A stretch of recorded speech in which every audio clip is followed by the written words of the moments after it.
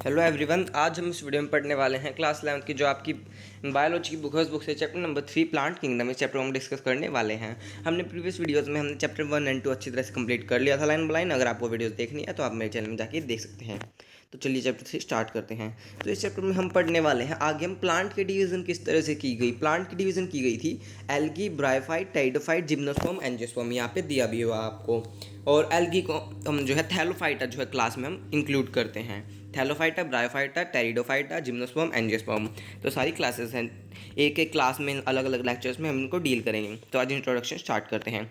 In the previous chapter we looked at the broad classification living organisms under the system proposed by Whittaker 1969 where in the suggested he suggested the 5 kingdom classification viz Monera, Protista, Fungi and Animalia Plantae. तो ये सब हमने जो है पढ़ लिए थे कि आर एच विटेकर ने जो प्रीवियस चैप्टर में हमने पढ़ा था कि ये सब जो 5 किंगडम क्लासिफिकेशन दिया था, मोनेरा, प्रोटिस्टा, फंगी, ये तीनों हमने पढ़ लिया था। इस लेक्चर में हम जो है इस क्लास में हम जो है एनिमल प्लांटे जो हम पढ़ेंगे। In this chapter we will deal in detail with further classification within kingdom Plantae popularly known as the plant kingdom. इसमें हम प्लांट किंगडम के बारे में जो है पढ़ेंगे, जिसको हम प्लांटिंग कहते हैं किंगडम, जिसको popularly known as the plant kingdom. We must stress here that our understanding of the plant kingdom has changed over time. Fungi and members of the Monera protista having cell walls now has been excluded from Plantae, though earlier classification placed them in the same kingdom. तो हमने देखे कई सारे characters अलग अलग आए, जो है मॉडिफिकेशंस हुआ।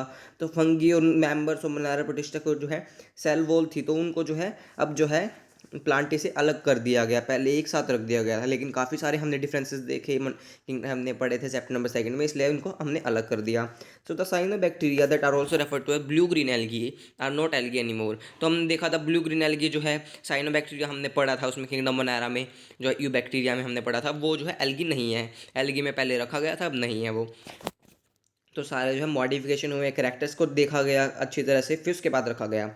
इन this chapter we will describe algae, bryophyte, pteridophyte, gymnosperm, angiosperm under Plantae. तो इसमें हम ये जो पांचों जो है डिवीजन पढ़ेंगे। Let us look at the classification within angiosperm to understand some of the concerns that influence the classification systems. तो हम जो है angiosperms में जो है देखेंगे कि किस तरह से क्लासिफिकेशन जो है की गई, किसने की, ये सब टाइप्स देखेंगे क्लासिफिकेशन के। The earliest system classification used only gross superficial morphological characters such as habit, color, number and shape of leaves etc. जो सबसे पहले जो है कैरोलस लिनियस ने दिया था सिस्टम, जो कि आर्टिफिशियल सिस्टम कहते हैं, जो कि सिर्फ मॉर्फोलॉजिकल करेक्टर में डील करता है। मतलब बाहर के जो करेक्टर जैसे हैबिट हो गई, और कलर हो गया, जो है प्लांट का नंबर कितने हैं उसके, और शेप ऑफ लीव्स क्या है, उसके नंबर क्या है, ये सब हमने करेक्टर जो है पहले देखे थे। ये है वह मॉर्फोलॉजिकल बेस्ड करेक्टर्स थे, मतलब बाहर के अपीयरेंस के। They were mainly based on the vegetative characters और ऑन दी एंड्रोशियम स्ट्रक्चर। ये सिर्फ जो है किस पे बेस्ड थे, वेजिटेटिव करेक्टर्स पे, या फिर हम कह सकते हैं एंड्रोशियम स्ट्रक्चर पे। एंड्रोशियम, गायनोशियम, ये सब आगे जो है पढ़ेंगे भी चैप्टर नंबर 5 में। सिस्टम गिवन बाय लीनियस, ये जो है कैरोलस लीनियस ने जो है सिस्टम दिया था। मोस्ट इंपॉर्टेंट क्वेश्चन है। सच सिस्टम वर आर्टिफिशियल, ऐसे सिस्टम जो है आर्टिफिशियल कहते हैं ऐसे सिस्टम को हम। दे separated the closely related species since they were based on few characteristics. ये जो है कुछ जो है क्लोज रिलेटेड स्पीशीज से जो है अलग कर दिया गया, क्योंकि ये जो है कुछ कैरेक्टरिस्टिक ही जो है बेस्ड पे जो है ये आधारित है, मतलब कुछ ही कैरेक्टर्स पे जो है आधारित है, इसलिए हमने जो है फाइलोजेनेटिक्स से अलग कर दिया। तो हमने रिलेटेड क्लोज रिलेटेड स्पीशीज से अलग कर दिया इनको। ऑल्सो ये इनके जो है ड्रॉबैक्स हैं आर्टिफिशियल के। Also the artificial system gave equal weightage to the vegetative and sexual characteristics. और जो है आर्टिफिशियल सिस्टम को जो है इक्वल वेटेज दी गई वेजिटेटिव और सेक्सुअल कैरेक्टर्स की, जबकि नहीं देनी चाहिए थी। दिस इज नॉट एक्सेप्टेबल, ये एक्सेप्टेबल नहीं है। Since we know that often the vegetative characters are most easily affected by the environment. हमें पता है कि मोस्टली जो वेजिटेटिव कैरेक्टर्स जो है ईजिली अफेक्ट कर देते हैं जो एनवायरमेंट को। हमें जो है जो फर्टिलाइजेशन होती है उसको प्रॉपर तरीके से होना चाहिए। मतलब सेक्सुअल इतना ज़्यादा वेल डेवलप्ड होता है, तो वेजिटेटिव कहाँ, सेक्सुअल कहाँ, तो अलग अलग होता है, इसलिए जो है वो ईजिली जो है अफेक्ट हो जाता है एनवायरमेंट में, लेकिन सेक्सुअल नहीं हो पाता। तो इसलिए जो है ये कुछ ड्रॉबैक्स थे, इसलिए आर्टिफिशियल को जो है हमने नहीं इंक्लूड किया। अब जो एज अगेंस्ट दिस, इसके खिलाफ जो हमने natural system classification system develop जो हमने किया, which were based on the natural affinities among the organisms, consider not only the external features but also internal features like ultra structure, anatomy, embryology and phytochemistry. तो इसमें हमने जो है external feature के अलावा मॉर्फोलॉजिकल कैरेक्टर के अलावा हमने इंटरनल स्ट्रक्चर फीचर्स को जो है देखा, साथ में इसमें भी डील किया हमने। जैसे अल्ट्रा स्ट्रक्चर हो गया, एनाटमी होगी, एम्ब्रियोलॉजी होगी, फाइटोकेमिस्ट्री होगी, ये सब हमने जो है देखा। और such a classification for the flowering plants, इसे हम कहते हैं नेचुरल क्लासिफिकेशन। हमने पीछे अभी अभी देखा नेचुरल क्लासिफिकेशन सिस्टम। और ये किसने दिया था? Such a classification for plants flowering plants was given by the George Bentham and Joseph Dalton Hooker. ये मोस्ट इंपॉर्टेंट है नीट के लिए, तो इसको जरूर याद रखिएगा। इन दोनों ने मिलकर जो है ये दिया था natural system of classification.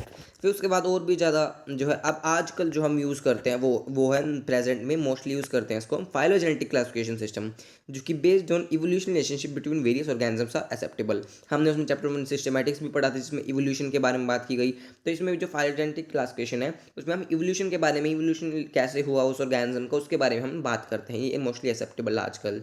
This assumes that organism belong to the same taxa have a common ancestor. और ये जो अज्यूम किया गया कि जो ऑर्गेनिज्म जो है सेम टैक्सा से बिलोंग करते हैं उनका जो है सेम ही जो है एंसेस्टर होगा, मतलब उनके सेम एंसेस्टर मीन्स पूर्वज उनके सेम होंगे। We now use information from many other resources to help resolve difficulties in classification. These become more important when there is no supporting fossil evidence. अब हमने जो इंफॉर्मेशन जो है कई सारे सोर्सेज है जो ये भी सारी जो है डिफिकल्टीज जो है क्लासिफिकेशन में रिजॉल्व कर दी, लेकिन अब और ज़्यादा इंपॉर्टेंट हो गया आज की, और ज़्यादा दिक्कत आ जाती है जब हमारे पास कोई भी सपोर्टिंग फॉसिल ना हो, फॉसिल एविडेंस ना हो, हमें पता नहीं चले किस तरह से इवोल्यूशन हुआ, अगर हमें पता ही नहीं चला तो ये जो है प्रॉब्लम हो जाती है। फिर उसके बाद है numerical taxonomy. Numerical taxonomy, which is now easily carried out using computers, is based on all observable characteristics.